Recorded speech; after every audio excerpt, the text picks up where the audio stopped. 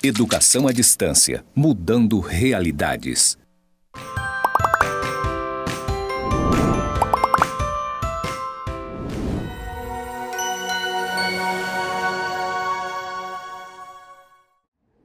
Olá, saudações, alunos e alunas do Instituto Federal de Rondônia, campus Porto Velho, Zona Norte. Eu sou a professora Thelma Fortes Medeiros, professora de Políticas Públicas Educacionais. Na aula de hoje, vamos estudar sobre o financiamento da educação brasileira. Primeiro, eu vou fazer minha audiodescrição. Eu sou uma mulher parda, de estatura média, cabelos castanhos na altura do ombro. Eu estou usando óculos, eu estou maquiada, eu estou usando brincos de argola, uma corrente, estou com um vestido azul com estampas brancas de folhas, estou usando um anel de pedrinha na mão, um relógio e estou de sandália, tamanquinho, saltinho. Eu estou no estúdio do campus Porto Velho, Zona Norte, onde nós temos uma parede branca ao fundo, com pontos que se interligam na cor cinza. E ao lado a gente tem uma frase escrita na cor verde, EAD mudando realidades. Na nossa aula de hoje, nós vamos entender um pouco sobre todo esse processo de financiamento da educação básica no Brasil. A gente vai entender que, por meio de ações concretas, é possível que as ações planejadas, sejam elas pelo governo, seja pela sociedade civil, pelas demandas reprimidas da sociedade, alcancem toda a comunidade escolar. Vamos na nossa aula hoje, faça um bom proveito, pegue seu papel, seu caderno e anote, sua canetinha e anote tudo para que você possa tirar um bom proveito dessa aula. Bem, o financiamento da educação pública brasileira, ele é considerado como um elemento estruturante para a organização e funcionamento das políticas públicas educacionais. Ou seja, as políticas educacionais, elas são materializadas no Sistema Nacional de Educação por meio desse financiamento. Por quê? Porque é preciso ter recurso para que as coisas aconteçam. Então, nas nossas aulas anteriores, a gente viu que foram criados fundos de manutenção da educação básica, que a gente sabe que é o Fundeb, e esse fundo é onde se organiza toda a distribuição desse recurso para atender, para serem materializadas, serem colocadas de forma concreta as ações planejadas, que as ações são as políticas públicas do governo. E geralmente elas se materializam em diversas formas, em diversos programas.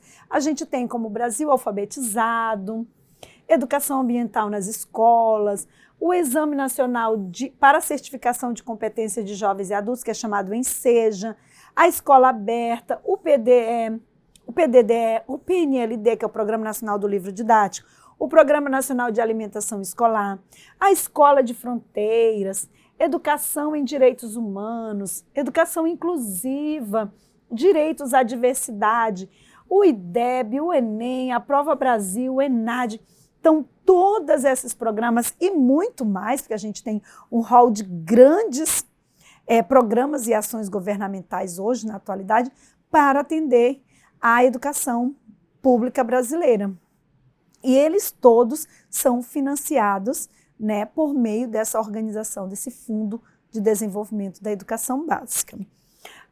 Sabemos, a gente sabe que no processo histórico, desde o século XVIII, a gente tem aqui, Vieira e Vidal sistematizou esse quadro, essa distribuição, que é uma análise de políticas de financiamento, e ele fez alguns comparativos, ou seja, lá no século XVIII até 1934, não havia uma definição de recurso, era indefinido, não tinha uma vinculação constitucional de recursos para essa educação, ou seja, ficava ao gosto e ao bel prazer dos governantes.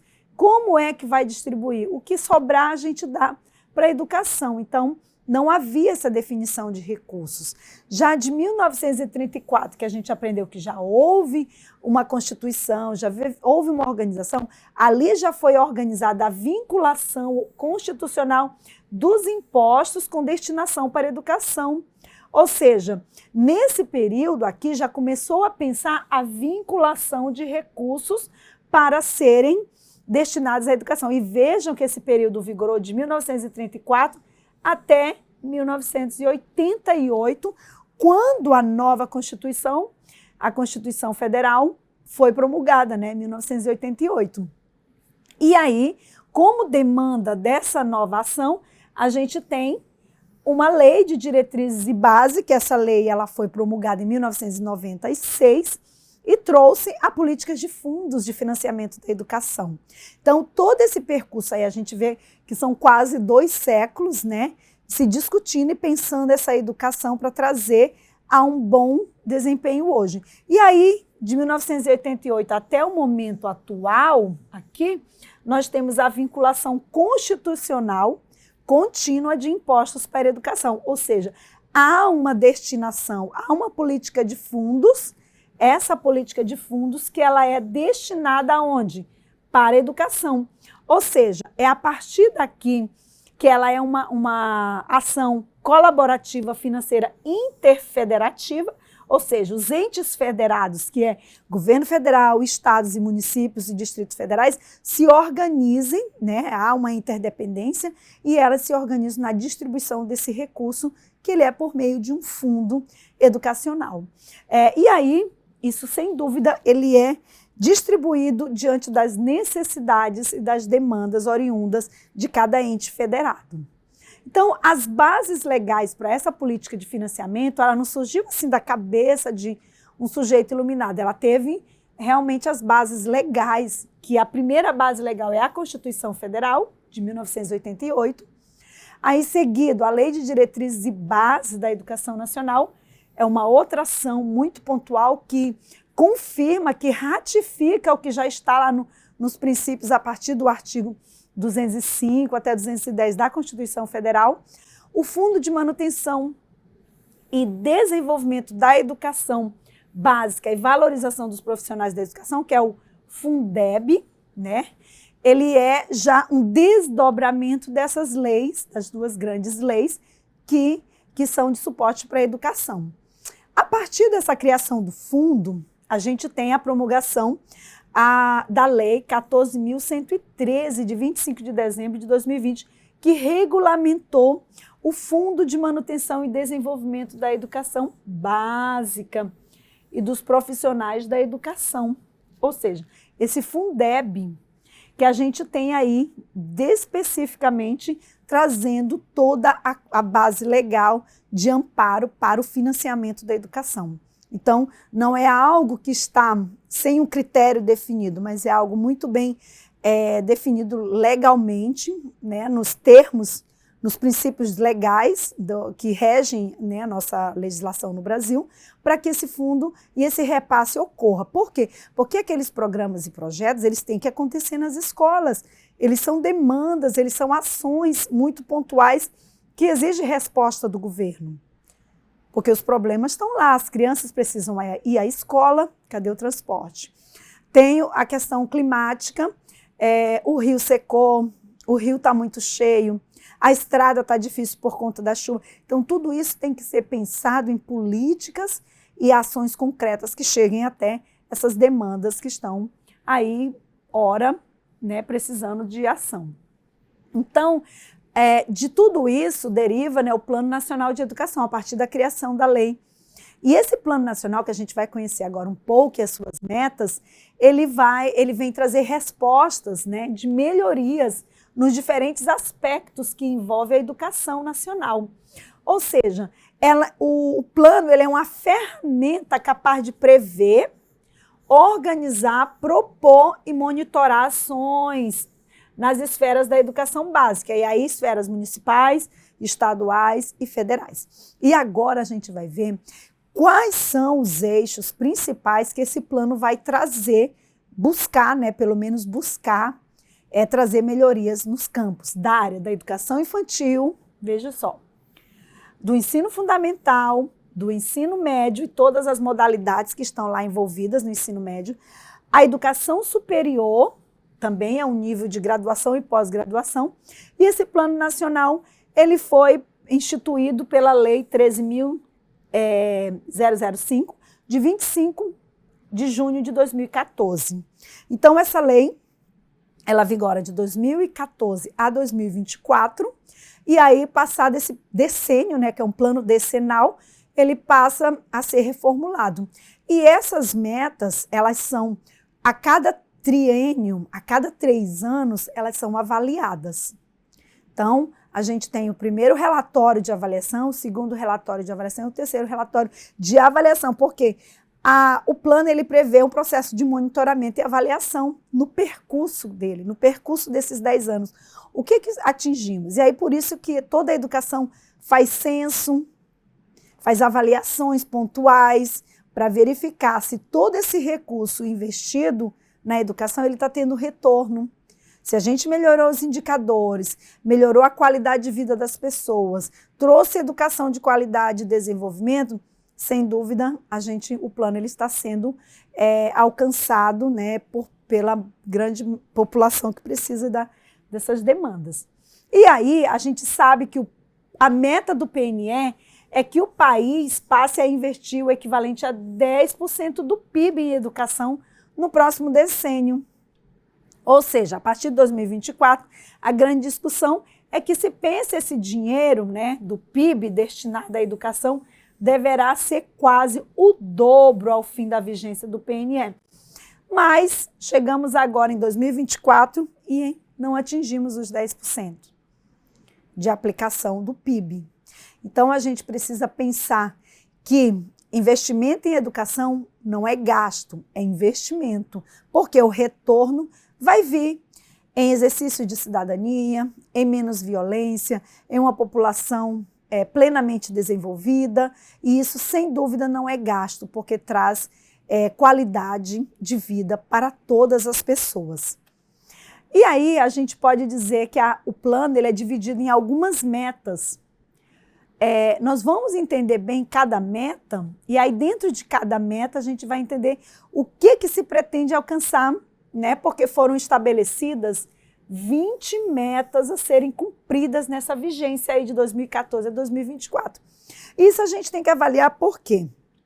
Porque a gente vai fazer um comparativo do que está proposto no plano e o que a gente tem proposto, o que é visível, o que é materializado, o que foi concretizado realmente na prática. Vejam só, na meta 1, que é a educação infantil, pretende-se universalizar até 2016. Ele diz o quê? Que toda criança de 4 a 5 anos de idade deve estar na educação infantil, ou seja, a meta é ampliar o acesso dessas crianças em pelo menos 50% das crianças até 3 anos até o final da vigência. Será que todas as crianças que estão, né, de 0 a 3 anos têm acesso à educação? A gente só coloca interrogação, perguntinha, será que tem? Será que foi alcançada essa meta? A meta do ensino fundamental nos diz o quê? Universalizar o ensino fundamental de 9 anos para toda a população de 6 a 14 anos. Nessa faixa etária, todas as crianças estão na escola? Ou seja, a meta é que 95% dessas crianças estejam na escola, que conclua essa etapa do ensino fundamental de 9 anos. Ou seja, isso é um processo mediano da educação. A gente tem a educação infantil, que é a inicial, a gente tem a educação fundamental, que é a mediana, e a educação final, que é a educação do ensino médio. Ou seja, nesse longo período de 9 anos, a gente atingiu a marca de 95% das crianças na escola. Os índices, o censo, eles devem mostrar isso. A meta 3 trata do ensino médio. Universalizar até 2016 o atendimento escolar para toda a população de 15 a 17 anos. Ou seja, tem que se elevar até o final do período, que é 2024, a taxa líquida de matrículas no ensino médio para 85%. Ou seja, é pensar que 85% da população de 15 a 17 anos esteja na escola. Claro que ele coloca aí reserva técnica de 15%, porque tem as N situações dos jovens e adolescentes. Mas mesmo os que estão em privacidade de direito, né, de liberdade, os que estejam doentes, os que estejam em diversas situações, devem receber o processo de formação da educação básica. E aí vamos verificar se realmente isso tem atendido. Já no aspecto da inclusão, vamos universalizar todas as crianças na escola de 4 a 17 anos com deficiência, com transtornos globais do desenvolvimento, altas habilidades, superdotação. Então, ter esse acesso à educação, ter um acesso ao atendimento educacional especializado, preferencialmente na rede regular de ensino, com a garantia de um ambiente inclusivo, de salas de recursos multifuncionais, classes, escolas e serviços especializados públicos e conveniados. Então, essa é a meta 4 do Plano Nacional de Educação. Na meta 5, a gente tem a alfabetização infantil. Alfabetizar todas as crianças até o 3º ano do ensino fundamental. Uma outra meta estabelecida é a meta 6 da educação integral. Oferecer educação em tempo integral em no mínimo 50% das escolas públicas, de forma a atender pelo menos 25% dos alunos da educação básica. Então, toda meta ela é mensurada e quantificada. Por quê? Porque a gente tem ali 300 milhões de alunos, vamos pensar assim, 300 milhões não, né? São muitos. Mas vamos pensar assim, nós temos 78 mil alunos matriculados no processo de alfabetização. Quantos por cento devem atender, estar plenamente atendido nessa meta? E ali eles fazem o raio, a conta estatisticamente para ele ter esse parâmetro de atingimento dessa meta, se atingiu ou não. Um fator preponderante que vale a pena a gente buscar são os relatórios do primeiro ciclo, do segundo ciclo, do terceiro ciclo de avaliação do Plano Nacional de Educação, que ali a gente vai ver alguns resultados, né? E aí a gente não deve olhar para situações isoladas, mas pensar num contexto macro de efetivação dessas políticas públicas.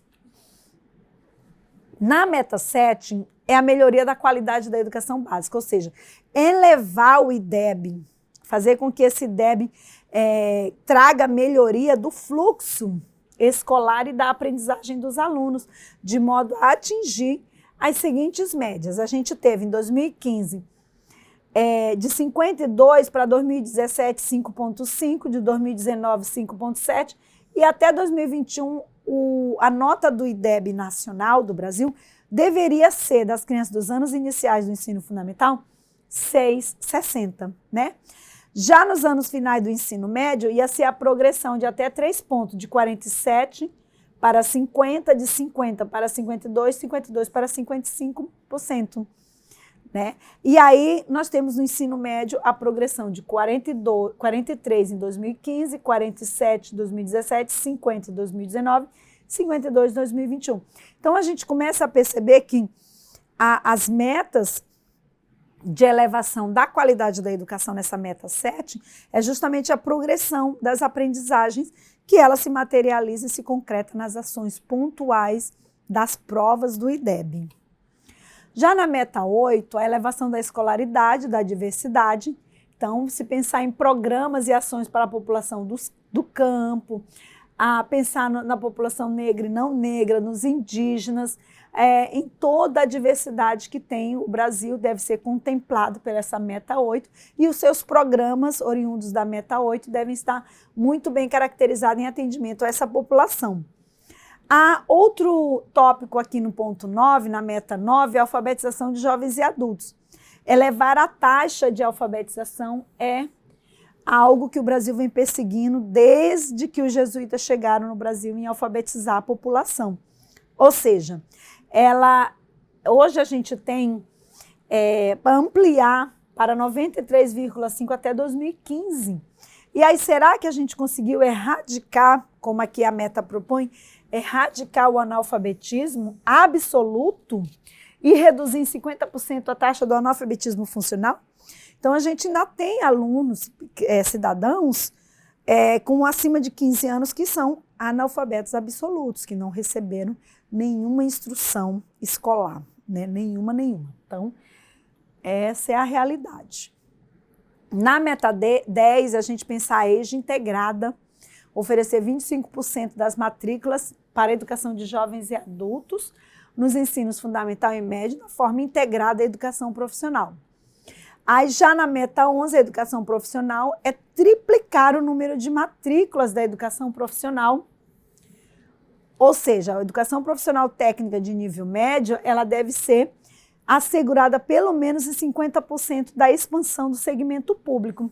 E aí a gente tem, né, os diversos setores que ofertam aí a educação profissional, mas deve ser uma ação pública de instituições públicas e não particulares, mas algo que é a orientação do Plano Nacional que seja desenvolvida e ampliada as vagas dentro das instituições profissionalizantes de ensino.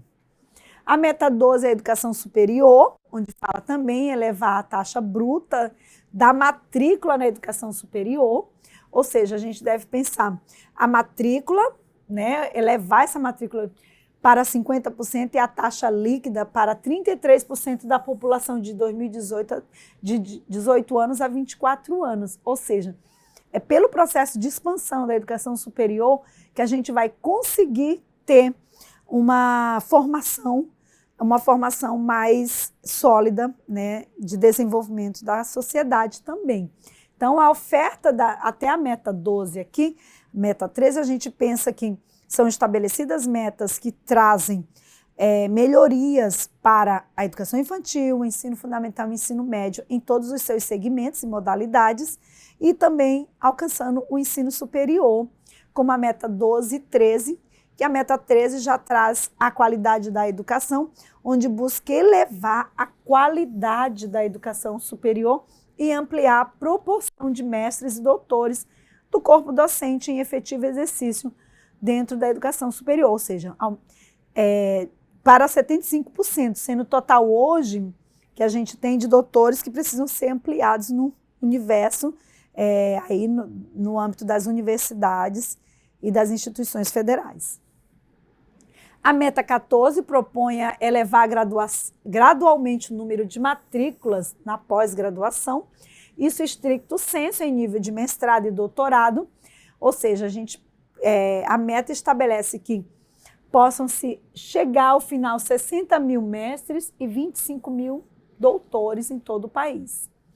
A meta 15, profissionais da educação, pensar num regime de colaboração entre a União, os estados e o Distrito Federal, que são ações interfederativas, né, e os municípios, no prazo de 1 ano vigente do PNE, ou seja, lá em 2000, se ela foi em 2014, 2015 no máximo, deveria se pensar em estratégias pontuais específicas de profissionais da educação, ou seja, no mínimo, valorização desses profissionais, ou seja, buscar e aí a valorização, além de, vamos dizer assim, além de recursos, de pagamentos, a gente também investir em formação, em condições de trabalhos adequadas aos profissionais da educação. Então, essa meta justamente pensa nesse processo de valorização de todos os profissionais da educação. E ali não só professores, mas todos os que trabalham efetivamente na educação. Já na meta 16 trabalhar a formação, né? Ou seja, formar em nível de pós-graduação 50% dos professores da educação básica até o último ano de vigência deste PNE e garantir a todos e todas os profissionais da educação básica a formação continuada em sua área de atuação, considerando o quê? As necessidades, demandas e contextualizações dos sistemas de ensino. A meta 17 traz a valorização dos profissionais do magistério, como que podemos pensar, valorizar esses profissionais de forma a equiparar o seu rendimento médio ao dos demais profissionais com escolaridade equivalente. Ou seja, é aqui que se vai pensar nessa valorização em formas de pisos salariais, estabelecer pisos salariais equivalentes, para que um estado não pague um valor, o outro estado pague outro valor e fique essa diferença de pisos nacionais. Então, fazer um ajuste, uma adequação do piso salarial em todo o território brasileiro. E isso aí são considerados fatores econômicos, contextos econômicos de cada região. A meta 18 diz que o plano de carreira, todos os servidores da educação, e aí um formato de valorização, deve-se ter planos de carreira para os profissionais da educação básica e superior pública em todo o sistema do ensino. Então, ou seja, todos devem ter esse plano de carreira. Na meta 19, a gestão democrática, né, assegurar essa condição para a efetivação da gestão democrática da educação, ou seja, é aqui que vai se pensar uma política pública de participação, toda a comunidade na escola, nas decisões conjuntas que interferem diretamente a comunidade. E a nossa meta 20, do financiamento da educação, onde se propõe, nessa última meta, o investimento público em educação pública, de forma a atingir no mínimo patamar de 7% do produto interno bruto no país, no 5º ano, e já no último, 10%. Então, uma das tarefinhas que a gente passa é que vocês consigam verificar se esse financiamento atingiu os 10%, né? E aí a gente leva para nossas discussões, nas nossas aulas. Lá no AVA tem bastante material que você pode estudar e compreender todo esse processo aí do financiamento da educação e, principalmente, se essas metas, ao longo desse plano decenal, né, de 10 anos, foram atingidas ou, pelo menos, caminharam bastante para se chegar lá uma boa realização de metas. E aí, como frase final da nossa aula, a gente traz aqui um pensamento, uma fala de Jamil Coury, um conselheiro, né, do Conselho Nacional de Educação, que esteve aí um bom tempo atuando. Ele diz que o financiamento da educação ele é elemento estruturante para a organização e o funcionamento de políticas públicas. Ou seja, sem financiamento não tem política pública. Ou seja, é preciso ter políticas públicas para que essas ações sejam pensadas, planejadas, organizadas e concretizadas lá no âmbito de quem mais precisa, que são os nossos alunos e alunas das escolas públicas. E assim a gente encerra mais um encontro. Desejo a você boas reflexões, bons estudos e boas aprendizagens.